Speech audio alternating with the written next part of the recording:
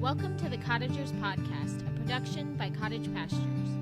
On this podcast, we discuss rural living, homesteading, and small-scale farming. You'll hear conversations and interviews about the realities of modern life and returning to the land. I'm Matthew. And I'm Carissa. We're the founders of Cottage Pastures and your hosts on the Cottagers Podcast. Andrew, good friend of mine, welcome to the podcast, man. It's been a while. It has been. Yeah, Christ peace to you, Matthew. It's always a joy to get together and catch up. And I'm happy to be on. I mean, it's going to be great to talk about Verax Patria and absolutely. Entirely. Well, let's do this. I want to hear about Verax Patria, which you are at the helm of. I know that's going to be of particular interest to a lot of people who are looking for an opportunity to, solve this problem and of, how do I even get to land, or how do I even begin to, acquire any and start homesteading or small scale farming? Because it's a real challenge, and I don't think it's becoming any easier. So it's neat to hear that you have a potential solution coming up. But before we get there, I kind of just want to hear about what's going on with you and the family and how you guys got to the land. Because when you and I, before you and I met, we were in the same church. But I don't think either of us knew it at the time. In Old St. Mary's, right? That's right. Yeah. Yep. In downtown Cincinnati at Old St. Mary's. I think you were you were discerning maybe a different state of life though than where you are now. So let's start there. Just introduce yourself and bring folks up to speed. Sure. Yeah. Would love to go all the way back. That works.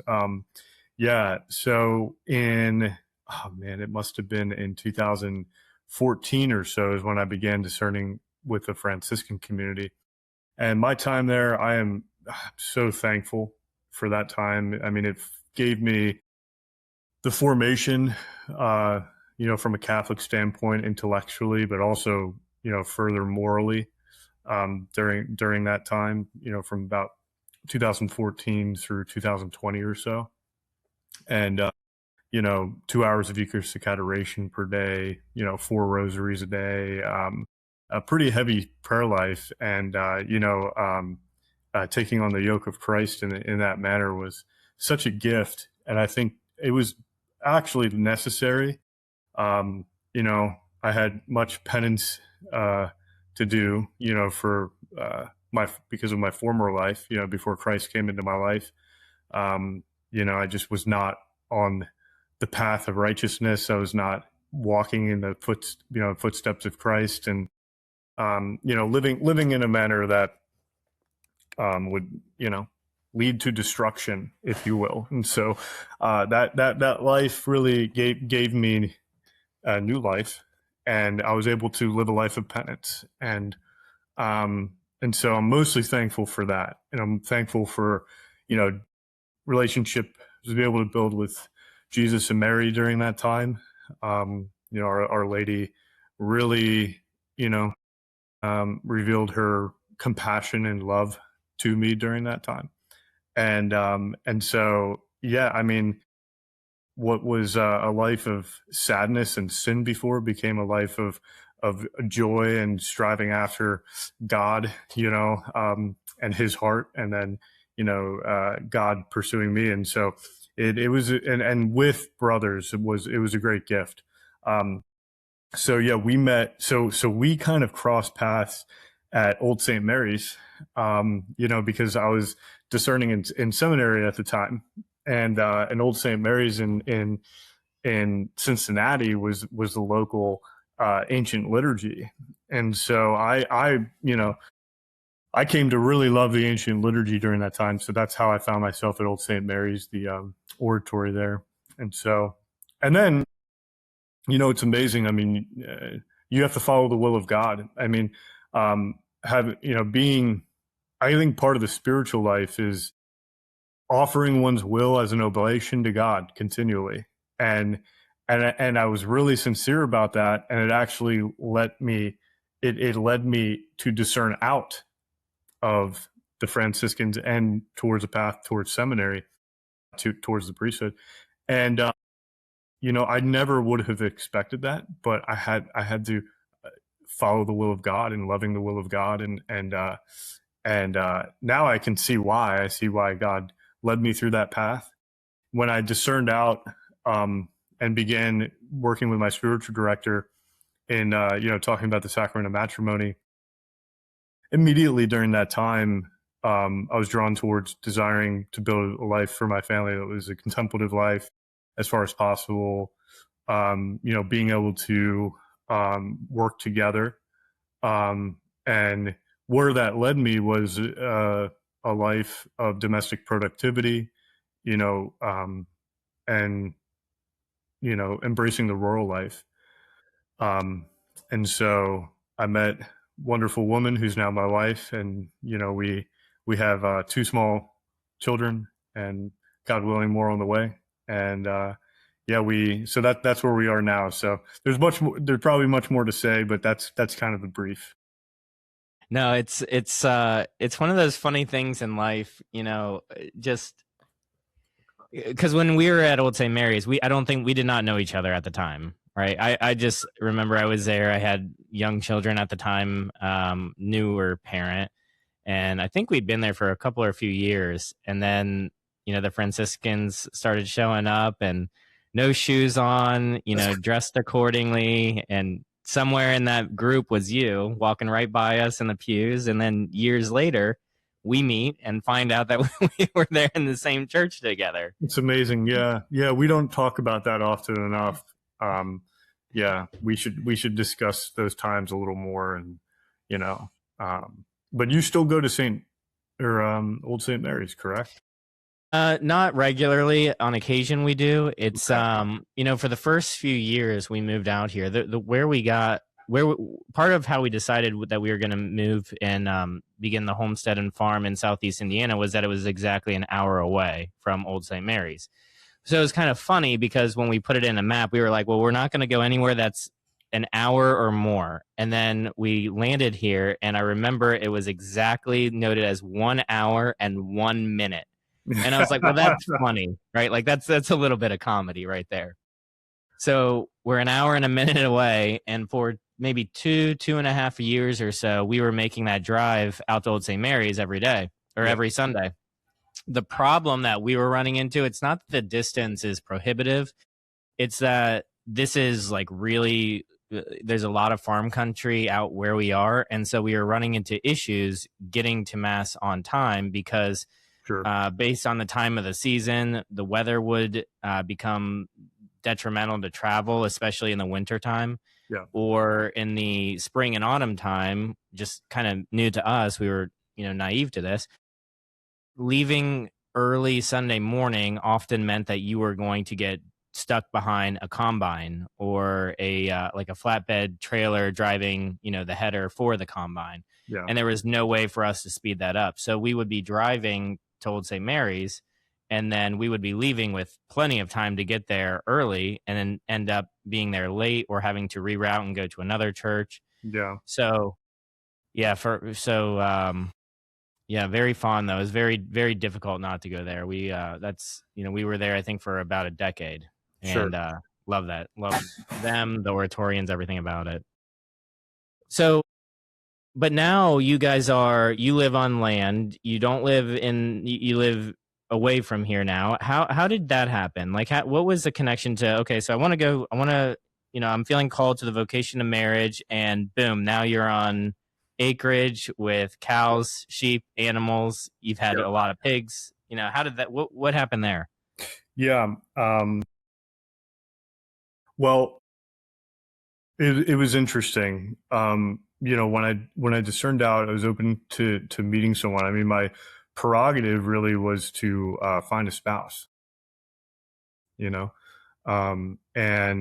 so I met someone out she was in Montana. So I went out to Montana for a period of time, and magnificent out there. And she was friends with a family who had 200 acres. And I think they were expecting like their 12th child or something like that. Just like a great Catholic family that was farming in Montana. And I never saw anything like that. I mean, I grew up in an urban environment, in a suburban environment, the suburbs of Philadelphia, in New Jersey. That's where I'm originally from. And I mean, that speaks for itself. Like, you just don't, I mean, it's already hard enough to find normal Catholic families that are open to life in suburban areas in general, around, especially around major cities. And there's a variety of reasons for that. So that was one piece that was really inspiring, to see a family who's actually pro-life, and really living that out and open to that. And in fact, God willed for them to have many children. I mean, it in fact came about. That was a beautiful thing that I'd never really was fully exposed to in that manner. And it's interesting when you see the family, especially like that, within the context of land, the land almost, it illumines the mystery of the family even more. If I'm going to call the mystery of the family, I think there's credence to that. I think, the family, is well, obviously it comes from the family, it comes from God. I mean, the Trinity is the basis of the idea of the family. I mean, the mystery of, like, the Holy Family. Anyway, I digress. But it was illumined. The family was illumined on the land for me, of just like, right, the importance of and the natural design for the family. And when I saw that, I said, man, wow, what has happened? What has happened to the world? Life can be so much more beautiful, And so it was just kind of a simultaneous thing where I was discerning the will of God. And, prior to seeing a large Catholic family on land, I already decided, well, I discerned with my stewardship director that the will of God for me was to embrace marriage. And then after I made that decision, then God showed me, I think in a real way, that experience. And so that was really powerful for me. Now I moved back to the Philadelphia area because that's where I'm originally from. And again, I was open, I ended up, moving on from Montana, and, just discerned that particular person wasn't someone that I would, build a marriage with, but I had a wonderful time there. And I moved back to the Philadelphia area, and Anne, my wife, she's from Pittsburgh. So, when we met, it was like 4.5 hours from, Philadelphia. And so that was great, being able to, discern marriage with Anne at the time. And then, once we got to a point where we went, we had a beautiful time in courtship and engagement, and we got married, we were really deciding where we were going to live. And there's just more opportunity for farming, for land, for just the land pricing is a lot better in Western Pennsylvania than Eastern PA. For that reason, plus, we wanted to be close to one of our families, and then, also, there's a great parish within, the Pittsburgh area. And then there's like other anchor institutions, like, like in Steubenville, Ohio, is close by, and other, really skilled and farming families, within Steubenville, Ohio, that we ended up forming relationships with. And so we decided to sink roots out in Western PA.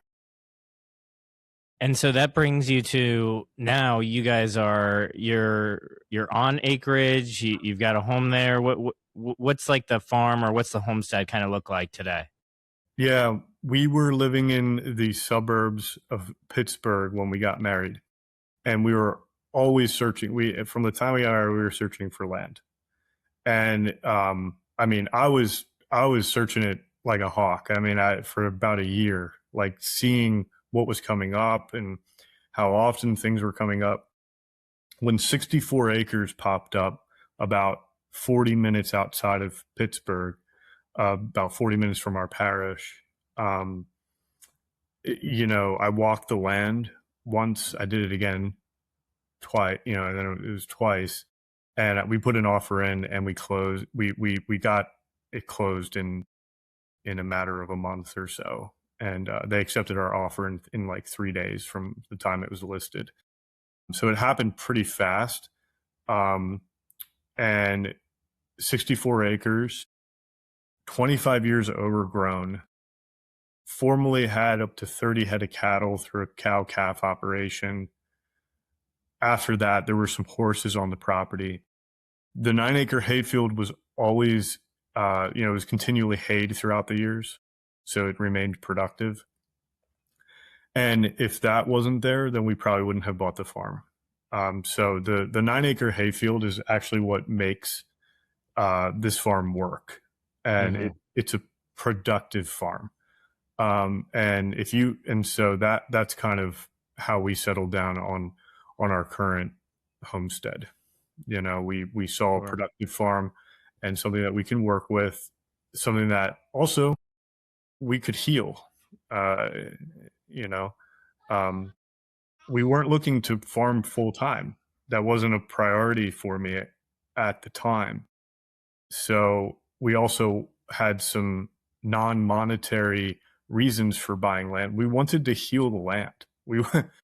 It's something that was important to us. We wanted to do that as a family. That was our extracurricular activity. That was what we wanted to do together. And it had, so those were kind of our motives, and, a little history about how we found our farm. Sure. That's neat, man. It's neat because I think it's a hopeful story for a lot of people right now who, they have this desire to get to land, but before that is, probably getting your priorities right. One of the things I found, and someone else had shared this with me, the land has a way of exposing faults within yourself that maybe you're not so willing to share. Sure. And so I think it's important to hear like that your pathway here was so full of discernment and prayer, and there is Sure. Deep consideration for family life and setting it up for something that worked for the family. I think it's all good. So and that's one of the things I know that you're working on is effectively a solution to help families kind of figure out this pathway. Yeah. Let's talk about that. Let's kind of transition. So you guys are on land now, you've got some animals, and it sounds like the motivation to help families get to land hasn't ended with just yourself. Is that right? Absolutely. I think that is a result of our faith.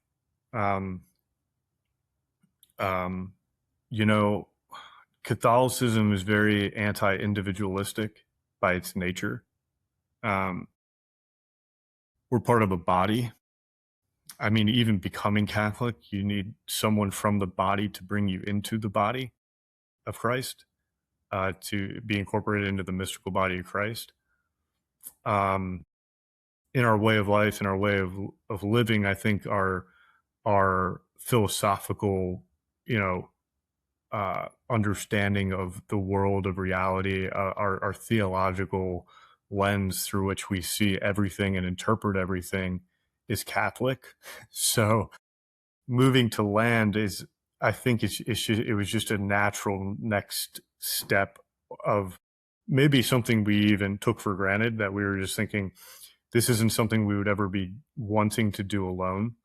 And I think there's different stages of that. I mean, I think obviously the first step there would be multi-generational family. That's the natural progression. But then the next step there would then be, who are our close spiritual friends, not just acquaintances or friends, or actual spiritual friends who, we pray with, who we can relate with in terms of being dedicated to a path of holiness with, and who are actually striving for that in their own homes, and have a rule of life, and that it would be a wonderful thing to be able to share, you know, that experience, you know, on land, and then, you know, raise our children in that environment. So that was just a natural desire, I think. Um, and so so what that led to was in 2020, I began the concept for a nonprofit called Verax Patria, which in Latin means truthful homeland. And it's a reference to the Eucharistic hymn written by Thomas Aquinas, um, um, the true homeland, which refers to heaven. And so the whole concept was basically, you know, a culture or organization, or just pathway of seeing things from the standpoint of living, building on earth, what mirroring on earth what we see in heaven through the eyes of faith, right? Which is namely the Trinity, and the relationship of the Trinity, and starting with our own souls, of you know, becoming more into the likeness of God. But then how does that then affect the polity? How does that affect the social order, you know, the political order outside of us, from the standpoint of like moving from the spiritual into, well, even prior to that, to the family, you know, the order of the family, and then the social order outside of us. What does that mean? What does that look like? What does God intend for a balanced social order? And that is really what my you know, digging desire to dig into the history of Catholic land movement began, to be able to say, you know, the church actually has said things, and has a whole body, a corpus of Catholic social teaching around this subject.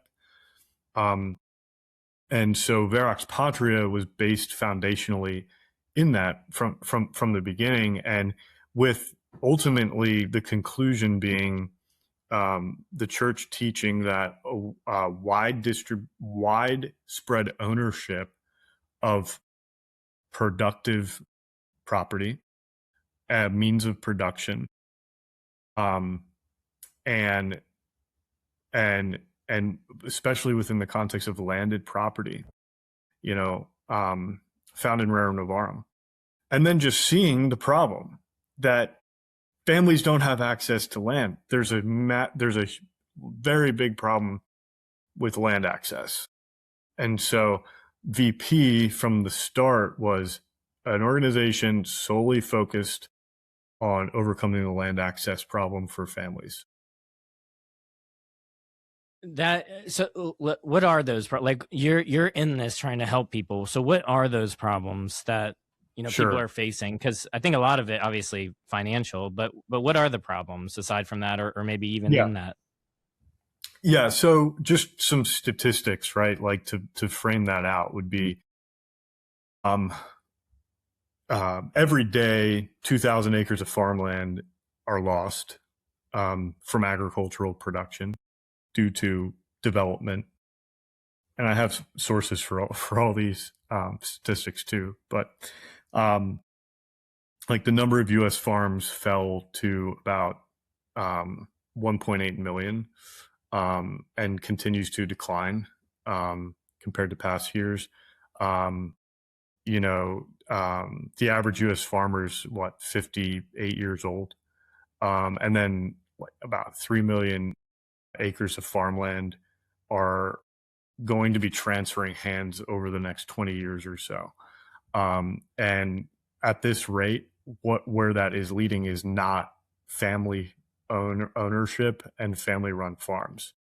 So the consequences of that are, you know, declining food producing farmland, you know, the soil degradation, you know, and then another consequence from that would be, you know, there's just a reduction of opportunities for new farmers, you know, and so those are some of the if you want to call it, the farmland crisis, if you will. And then there's challenges with current land ownership. You know, there's multiple competing values with land from development companies, population centers, anything other than farmland. And then, therefore a further consequence of that is that land price is just so high that people are priced out. The average family is priced out. And then, so beginning farmers don't really have even a shot. They can't even begin. And so those are some of the challenges, not to mention a regenerative, approach. Like a regenerative raised food is very rare. And there's all sorts of consequences from reasons for that, and then further consequences to that, even from a health standpoint. So those are some of the issues, and it all starts with access to farmland, especially and families and beginner farmers who want to do things the right way. So VP Verax Patria seeks to address that, and it has a unique solution to address those issues. So if a family were to say, maybe it's like a young couple and they're saying, hey, look, we like this idea. We're interested in, maybe just homesteading or farming. Maybe we want to produce an income from it. Maybe we just want to have some chickens in the backyard. Like they come to you at Verax Patria, and you guys do what? What happens from there? Yeah, that's great. It's a great question. So the way to answer that is really answering first with an organization that's a brother organization that we work intimately with, called Catholic Land Movement. So Catholic Land Movement is what our best practice when anyone who is saying, I would like to start participating, and moving towards this opportunity to be on land. We direct them. It's almost, somewhat of a prerequisite, that they begin education, that they begin with building association. They begin building friendships locally. If they were inspired through, media or the internet or like that's great. It's a good, and in a lot of ways that helped me through educate. But what VP likes to see is folks participating locally, with their brothers and sisters. And so the Catholic Land Movement has over 100 chapters now. It's global. Most of them are in the United States. And so it's fairly easy to find a local chapter. If there isn't a local chapter, we encourage folks to consider starting one, and go from there. So that would be the first step, and that might not be the answer that would have been expected from that question. It's, well, isn't VP going to address this right away? But the answer is no, because you need good soil. First, you need education first, and VP is not there to educate folks. It's there to solve a particular problem, for land access. So and I know, Cottagers podcast and Cottage Pastures is also doing amazing work with education. And so, folks that are engaging with your work, engaging, in that way, that's also something that, we've discussed that for a long time about the partnership that works from standpoint too. Well, but you're totally right, man. I mean, it's I think one of the things that's probably really problematic right now is for a family to simply, to have a young couple, older folks, it doesn't matter. Completely move yourself away from your connections, your family, your community, to a place that you have a desire to, live out with certain skills and stewardship, but have never done those things or have done them very, very long ago. And now you've basically cut yourself off from the world in a way, but now you're not relatable in many ways. Right. It's hard to explain to folks like, hey, I'm sorry, I'm going to be late to the birthday party because the cows got out. Well, how soon are you going to be there? I don't know, because the cow is out. Right. Oh, the old farmer again, tending to his cows. Yeah. It just is what it is. So, and there's a milieu that's an entirely different culture. For us, even when we came here, it was culture shock, not just of farming, but rural life was a culture shock. And it took time to get used to it. And, the cadence of speech and the cadence of like what time means out here is very different than what it meant in the when we lived in the suburbs. So I sentiment I think that's a wise idea to have people, basically confirm, hey, yes, I want to do this, and two, like I have resources and people around me that also want to do this. Yes, it's such a good point, and that's why the work of CLM, the work of cottage pastures, the Dohertys are another example of really good, their book Independent Farmstead. Brandon Sheard, plugging into education. But we really emphasize Catholic land movement because for authentic encounter in person with your friends immediately around you, and because so that kind of goes into the next step of what VP is, right? So VP works particularly with Catholic land movement chapters that have gone through what Catholic land movement considers phase 1, 2, and 3 of chapter growth. And VP only works with Catholic land movement chapters that have gone, is through into phase 2. And why? Because the result of that are local association, real friendships, spiritual friendships, shared skills over a proven period of time where you're working with an existing community. VP works with an existing community. VP has gone through different models, and because your first natural thought is, man, let's go help everyone. Well, no, we can't help everyone. We can help. You can't help everybody.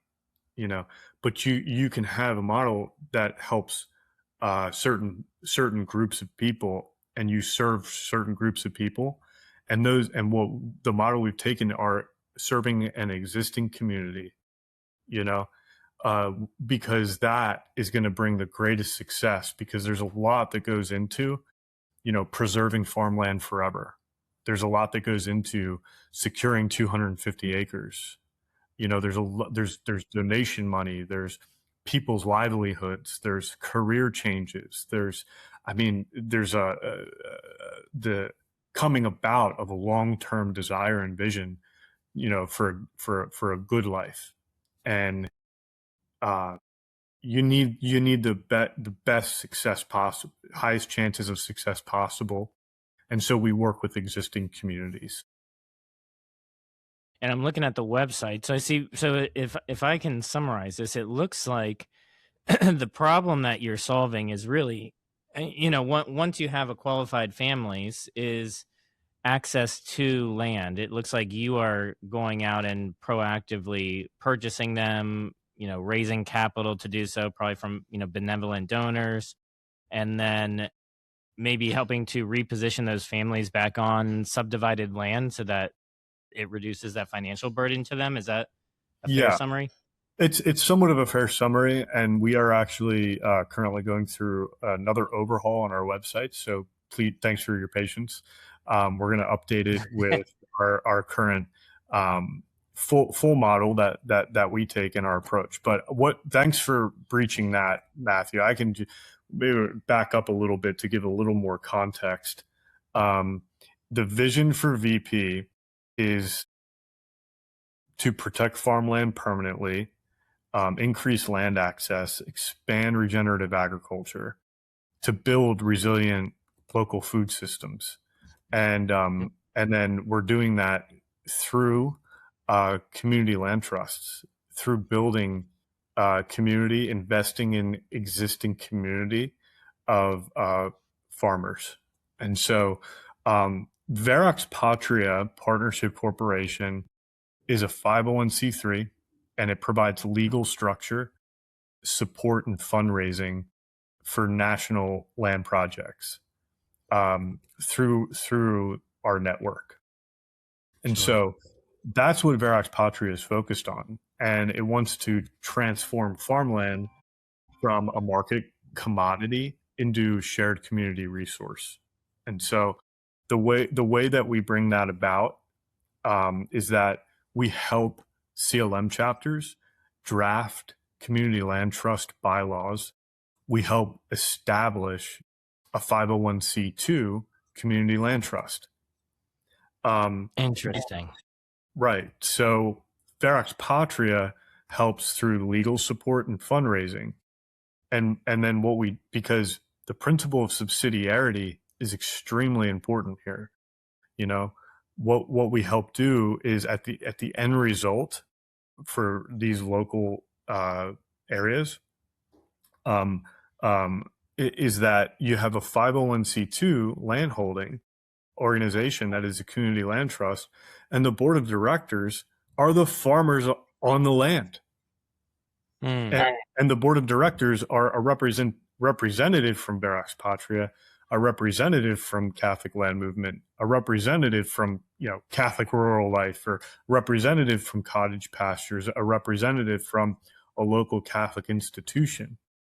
Now there's another model called a 501c25, and it's pretty interesting. We may find ourselves in a scenario where several nonprofits actually want to form the community land trust. So you can have institutions form a community land trust as well for collaboration. So what Verax Patria is doing is educating, providing the legal support and the strategic support to form community land trusts.